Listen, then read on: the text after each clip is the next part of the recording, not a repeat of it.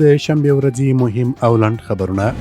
د ریاست الوزرا اداري مرستیال مولوي عبدالسلام حنفي د بلخ ولایت له یو شمېر قومي مشرانو سره لیدنه کې ویلي چې اسلامي امارت د امنیت تامینول، د خلکو له مال، ناموس او د دوی د شرعي او اساسي حقوقو ساتنه خپل مسؤلیت ګڼي.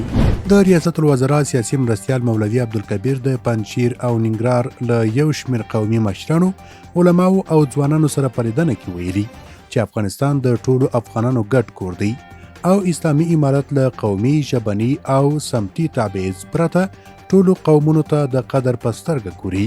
د افغانستان بانک وایي چې په 2023 کال کې د افغانیو ارزښت 26% لوړ شوی.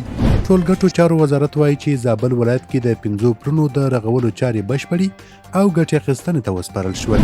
د کرنې، اوبو لګولو او مالدارۍ وزارت وایي چې سږ کال په هیواد کې د وریجو حاصلات زیات شوي او له څه باندې 129,000 هکټاره ځمکې څخه نږدې 400,000 میټریک ټنه وریجې ترلاسه شوي دي.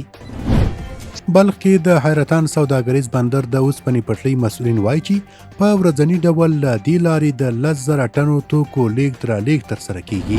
د میدان وردګ ولایت سیدآباد ولسوالۍ په تنګي دره کې د 9 میلیون افغانیو په لګښت یو دارالایتام جوړ او ګټې اخیستنې ته وسپارل شو.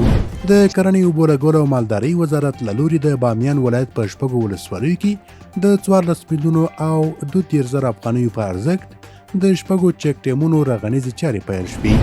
د روسیې د بهرنیو چارو وزارت ویاندې ماریا زاخاروا د قزاقستان د منع شویو سازمانونو له لیست څخه د اسلامي امارت د نوم حذف کېدو څخه هرکلی کړی چې دا ګام به له انزوا څخه د افغانستان د ایستلو او په سیمه کې د ثبات د ټینګښت په برخه کې مرسته وکړي. او وروستی خبر د غزنی ولایت احصایه او معلوماتو ریاست د روان 1402 مالی کال له پیل څخه تر دې مهاله څه کم 450 میلیونه عواید راټول او د امارت خزانې ته سپارلي دي.